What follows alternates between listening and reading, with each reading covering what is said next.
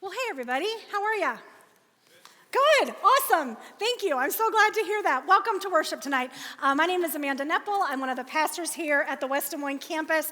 I'm so glad to have you here joining us on this St. Patrick's Day. Some of you are wearing your green. Some of you just refuse to participate in things that are fun. You know who you are, and that's totally fine. I'm married to one of you, so it's whatever. And the end of spring break, if that's relevant to you, I know it's a real thing at our house as well. My children were so lazy today, I don't know. It was terrible, but it is what it is. Anyway, we're just here to worship tonight, and I'm so glad that you are here joining us as we continue on.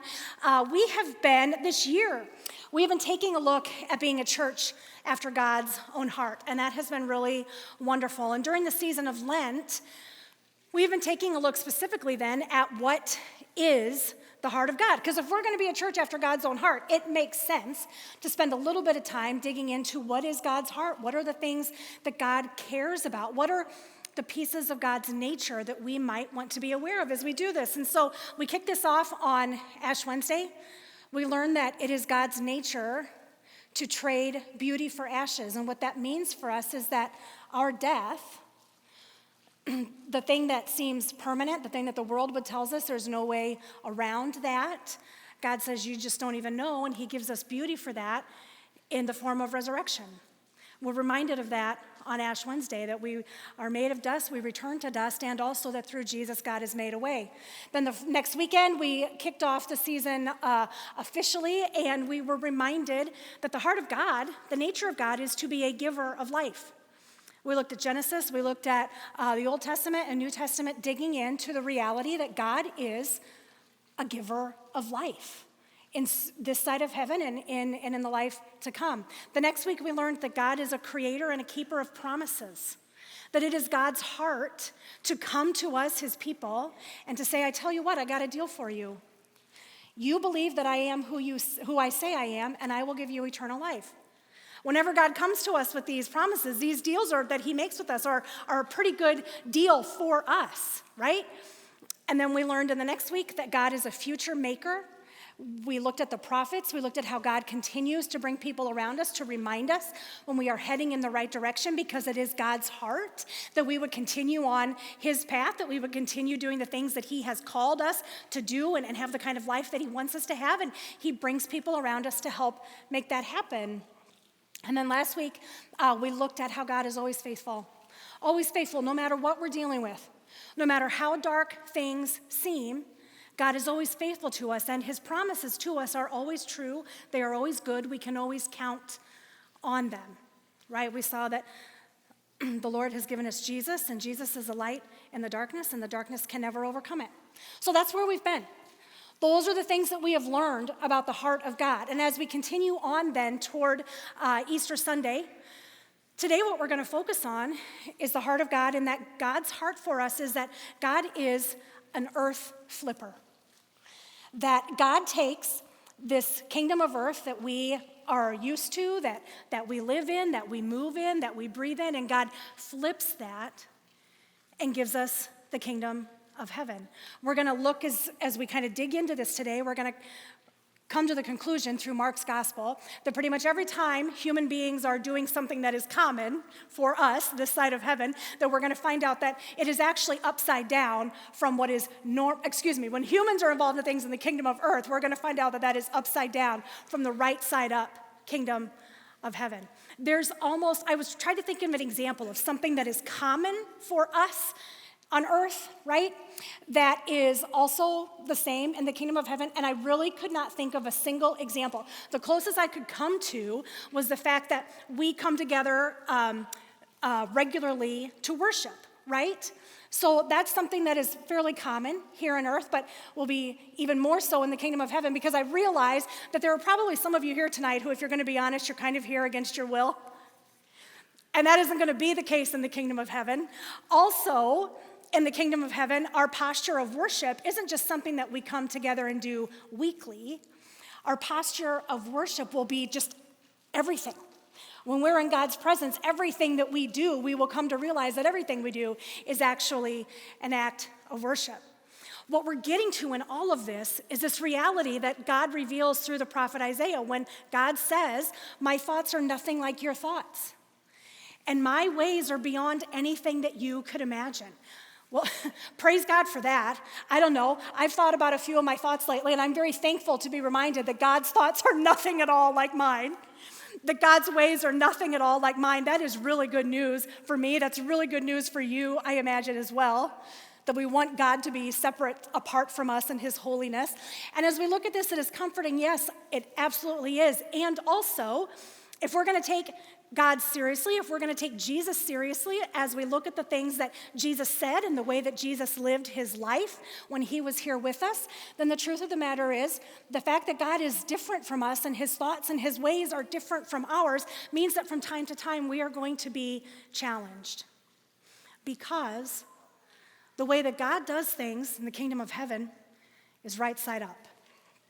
The way that we do things here on earth, where we do the things, is certainly less so. Jesus is having this conversation with the disciples, and we're going to get into this, but the way that we know that God's thoughts are different than ours is because Jesus says, here's the deal. If you want to be first, then what you need to do is get busy serving. That is not how things on earth actually usually go, is it? It's usually quite a bit different from that. And the thing for us is we just kind of get used to it. You know, we kind of don't know what we don't know. Jesus tells us that if you want to be first, you need to become the servant of everyone else. And Jesus doesn't just say this like kind of just as an offhanded comment to one silly thing the disciples said. Actually, if you start digging into the Gospels, you're going to see that this kind of a thing is something that Jesus says again and again and again and again. We have examples all over the place where Jesus says things that to us seem completely upside down and completely ridiculous, but in fact, they are kingdom of heaven things, and those are in fact the things that are right side up that Jesus says. Here's a couple of them. The vineyard, Matthew 20, the parable of the vineyard. Jesus talks about the people who come out to work in the vineyard and the people who start at 6 o'clock in the morning. People start all day long, and people start at the end of the day an hour before quitting time. And when it's time to pay them, they all receive the same wage. And you can imagine there is some grumbling when this happens. And Jesus says, if this bothers you, you may be surprised by what heaven's going to be like. This is where in Matthew 20 we have Jesus say something that we've all heard before: the last shall be first, and the first shall be last. Jesus teaches in other places. He teaches about going to a banquet. This is in Luke chapter 14. He gives some really practical life advice, you guys. He says, here's the deal. When you go to a banquet, don't sit up at the spot of highest honor. Don't do that, because then what's going to happen is you're sitting up here. I guess I don't know how this works. Like if this is still at banquets where there are like better seats. I don't go to a lot of banquets, right?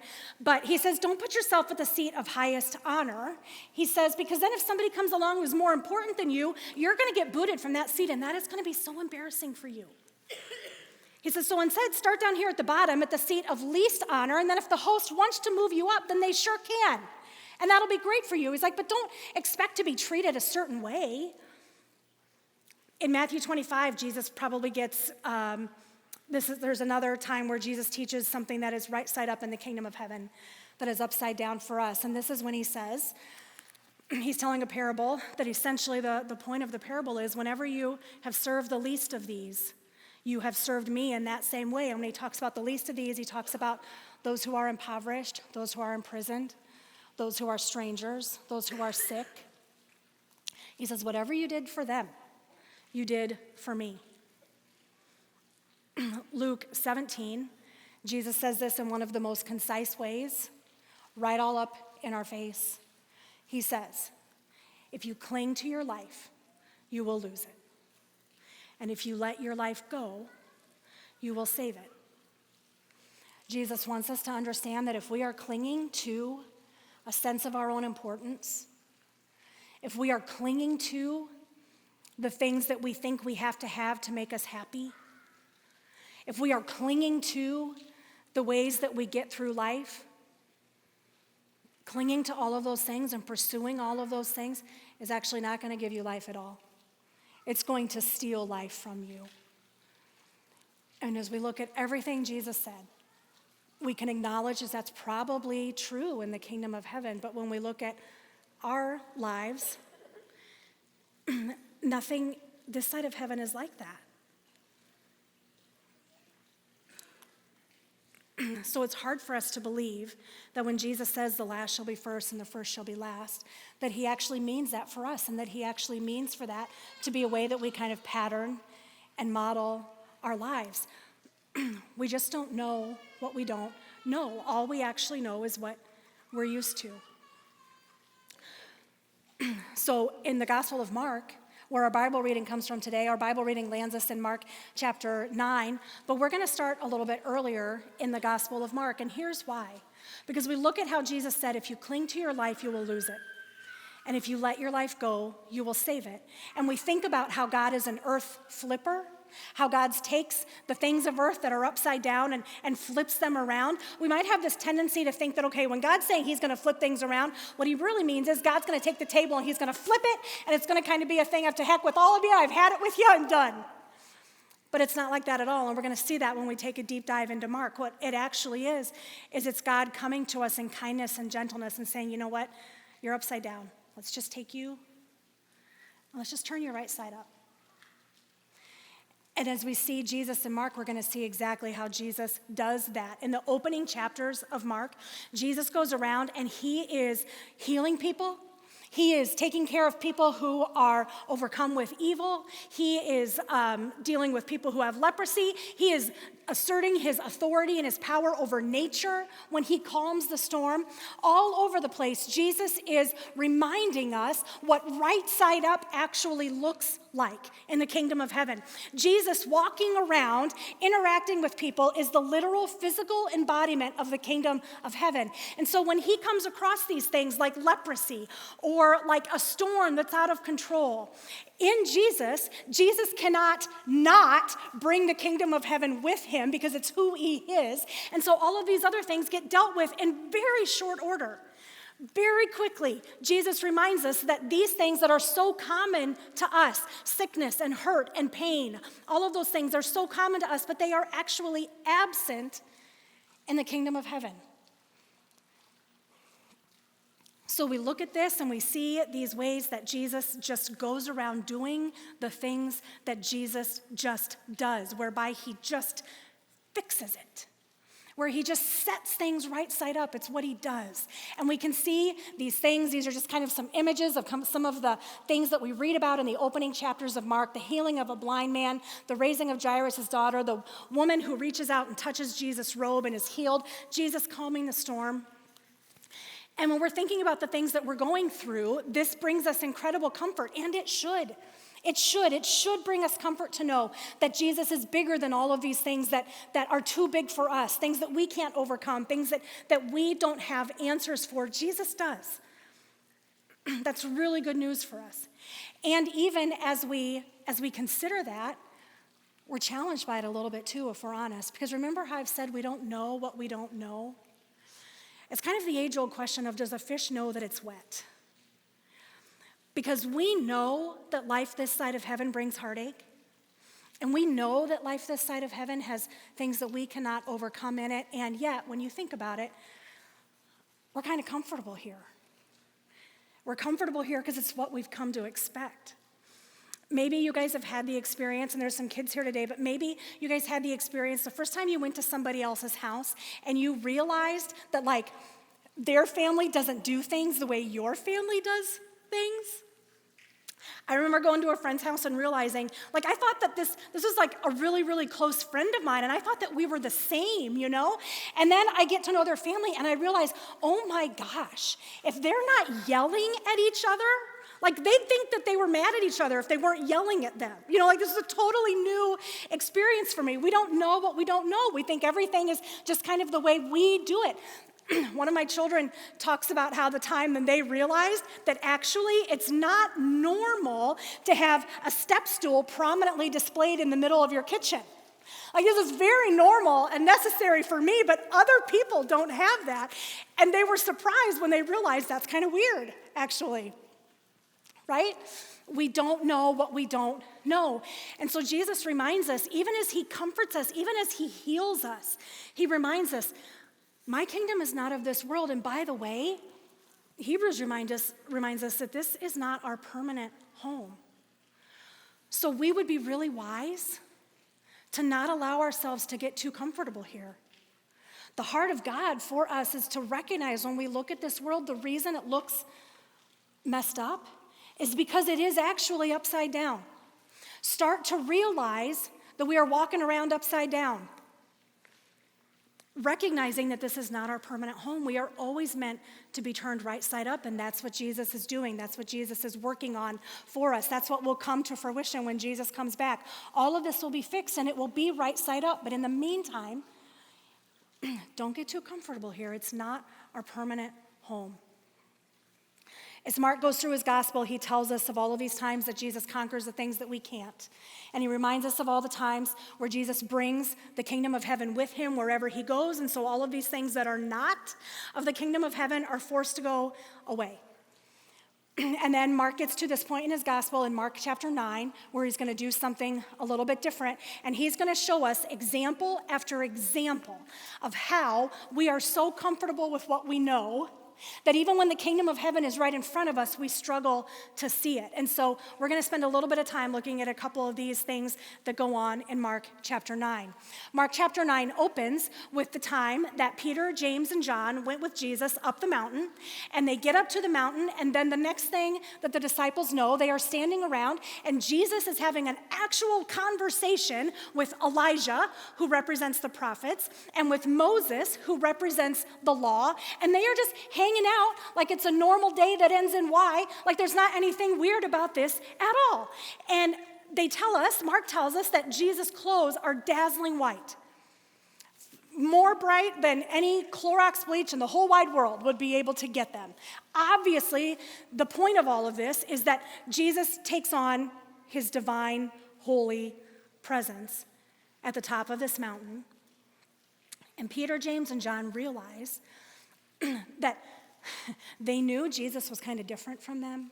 They had seen this, they had witnessed this, but they realized at this moment that Jesus is on a whole different plane from them entirely and all together. Jesus reveals this to Peter, James, and John. Mark reveals this to us in his gospel, and then he just kind of plops it there and doesn't say a whole lot more about it. And then he says, meanwhile, down on the bottom of the mountain, here's what's been going on. A number of very common earthly things. The religious leaders are there. They're arguing with the disciples. There's a crowd of people. They are confused. The scene's a little chaotic. There's a man who has brought his son because his son is possessed by an evil spirit, and this man has been hoping that somebody would be able to heal him. So he brings them to where he heard Jesus was. None of the religious leaders, none of the other 9 disciples who are there, nobody can help his son. And so it is a very common, chaotic, bitter, divisive, evil seems to be in charge, a very normal, common to us kind of scene that we might imagine. And we have this father who's brought his son there to see Jesus. And this father is caught in this incredible tug of war because he's brought his son hoping to see Jesus. He longs to believe on one hand that Jesus will be able to help his son. The kingdom of heaven is right there. He's heard that Jesus is there. But then he's also dealing on the other side with what he sees right in front of him. What he sees right in front of him is all the things that we're used to. It's not working out for him. It's not going the way he hoped it would go. And he's there in this tension. He's there in this tug of war, not really knowing what to think. And so Jesus comes into this and he says to the father, what can I do? What do you want? And the father is hedging his bets against what he's longing for and against what he sees, and he's pulled in both directions, and he just says, you know what? Jesus, just have mercy on us and heal my son if you can, because he's scared. I don't know about you, but when I hear that, I'm just going to speak for myself. Again and again and again, I find myself in this place where I long to believe that the kingdom of heaven is all around me, that it's as real to me as anything else that I can see. But circumstances and everything else that I see just tells me to focus on what's right in front of me, and I forget sometimes that the kingdom of heaven is right there. That's where this father is. And so he says, just if you can. And Jesus says, what do you mean if I can? I tell you what, if you believe anything can happen. And this man then responds with some of the most honest words that a human being speaks in the New Testament, because this father recognizes that he is caught in this tug of war. He is caught in longing for the right side up world of Jesus, but he knows that he lives in the upside down world of things that happen this side of heaven, and he's getting pulled in both directions, and he says, Jesus, I do believe, and help me with these ways that I don't believe. And I just love that the father in this story cries that out to Jesus. It is so honest. And I just wonder, when you all think about where you are today, and you think about the things that you're up against and the things that are right in front of your face, I just want you to ask yourself, where are you on that? Are you able to see the kingdom of heaven moving on your behalf, or are you focused more on what you see right in front of your face? And I want to tell you something. Wherever you are in that is fine. Wherever you are in that is fine. But if you are at a place where you feel like the Father and you're saying, I do believe, Jesus, please, though, help me in my unbelief, the first thing we have to do is confess that there's a little bit of unbelief in there. Jesus isn't going to strengthen us in our belief or in our faith if we're walking around telling ourselves and everybody else that our faith is at 100%. So just be honest about what's going on there. Mark has set this up so that we can see, just in a really incredible contrast, what's going on with Jesus at the top of the mountain, talking with Elijah and Moses, dazzling white, versus what's going on at the bottom of the mountain, and how upside down it truly is, even though it seems as common as it can possibly be.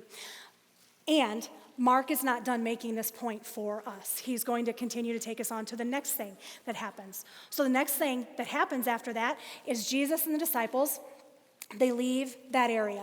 And as they're walking along, Jesus begins to explain something to them. And this isn't even the first time in Mark that he has hinted at his death. So this is not the first time the disciples have heard this, but they're walking along, and Jesus says, here's what's going to happen. The Son of Man is going to be turned over to the authorities. He's going to be arrested. He's going to die. And 3 days later, he's going to rise again. Now understand that in the kingdom of heaven, where things are right side up, this makes perfect sense for Jesus' mission and what Jesus came here to do. But when the disciples hear what Jesus is saying, honestly, if they can wrap their head around it, which they're beginning to be able to do, but if Jesus says what they think he's saying, then honestly, this is downright offensive to them, because they've been walking along with this guy who can handle anything. He can conquer any sickness.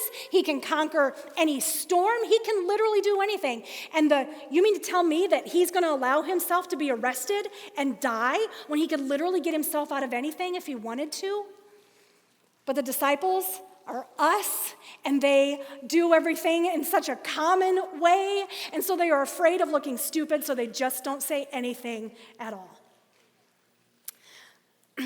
Mark's not done telling us how far we are from understanding what this kingdom of heaven is all about, because he goes on and he has something for us immediately after that.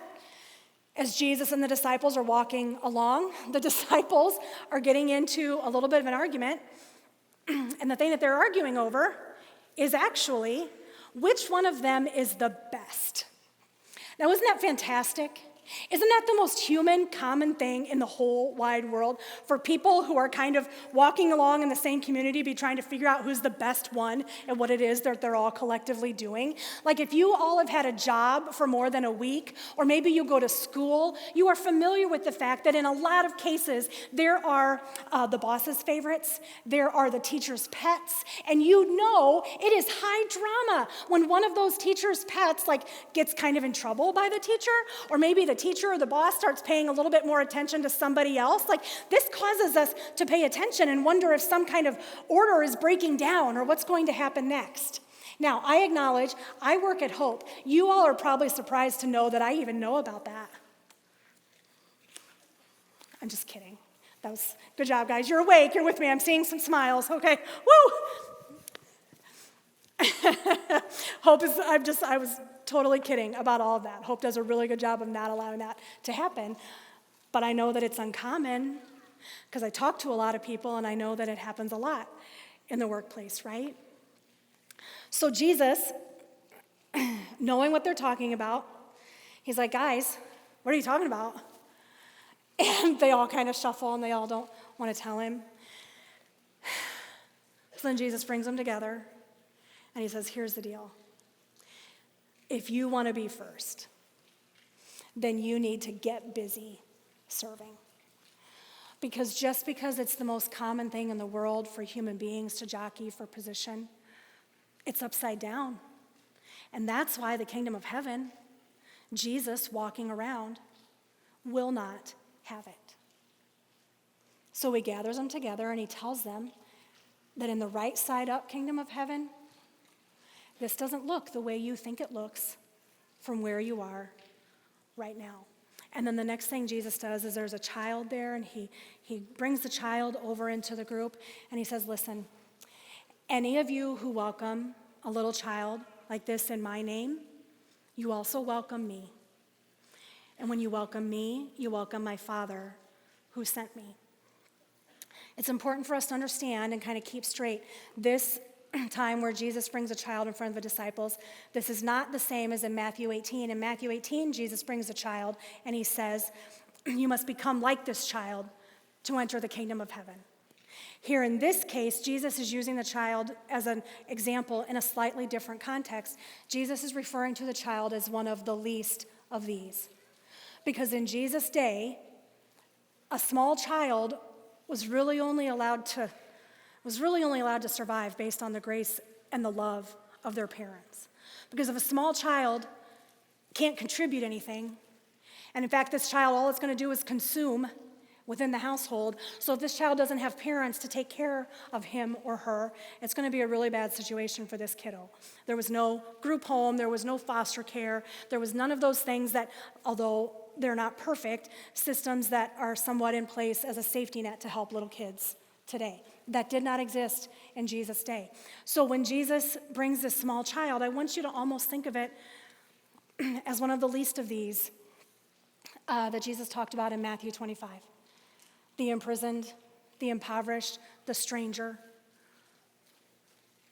The people who, from our perspective, have nothing to contribute. Jesus is saying, whoever welcomes the least of these welcomes me. And whoever welcomes me welcomes my Father. It is the crux of the Gospels, friends.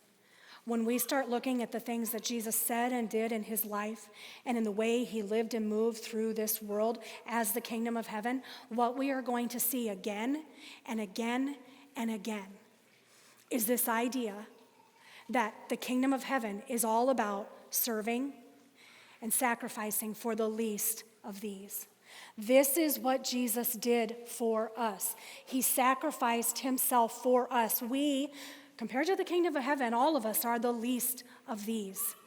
And Jesus let go of that mountaintop experience where he was holy, he was in his full glory. He let go of that to come and not just to walk among us, but actually to die for us so that we could know what this grace is. And the point of the Gospels is this, that we have to understand, that's challenging for us when we receive that, when we realize that we are the least, that Jesus' grace and his love have rescued us, then we are called to do what Jesus said and to go out and to share that with those around us who are so desperate for it. Paul pulls all of this together. Jesus' teaching on sacrifice and his teachings on serving and his teaching on how the first will be last. What we do to the least of these, we have done to Jesus. He pulls all of this together in Philippians 2. And that's why Paul writes, in light of everything that Jesus has done for us, don't be selfish. Don't try to be impressive to others. Don't try to hang on to what you think you deserve. Don't try to force everyone to recognize how fantastic you are. Be humble. People who are humble don't need everybody to know how great they are because they know where their worth comes from. Their worth comes from Jesus. So be humble. Don't just look out for yourself. Look out for others too. Paul says you must have the same attitude that Christ Jesus had. He was God, but he didn't hang on to that. He gave it up for us the least. And when he gave that up for us, when he died for us on the cross, when he was resurrected 3 days later, he gave us the right to be called his children. And as his children, we don't walk around being afraid that we're going to get in trouble. We don't walk around being fearful that we're always on the wrong side. We walk around knowing that he died for us, that he would do it again because you're worth it. And so then, in that, when we receive that, we know that we can go out and love other people the same way. It's what he has called us to do. That's the heart of it. To take our message from Jesus, to know that we're loved, to know that if we want to experience the greatest of the kingdom of heaven, to get busy serving the ones who he loves, the ones we don't see, but the ones who desperately need to see him. We get to be a part of that. We're invited into that because he loves us. Amen. Thank you so much for tuning in and joining us for Service Online. If this is your first time joining us, welcome. We don't think it's any accident that you're here, and we have been praying for you. To see more of our content, know when we go live, and stay up to date week to week, feel free to subscribe to this channel. And if you live close by one of our campuses or local sites, we invite you to check us out in person. We would love to meet you. And don't forget to follow us on social media to stay up to date. See you next week.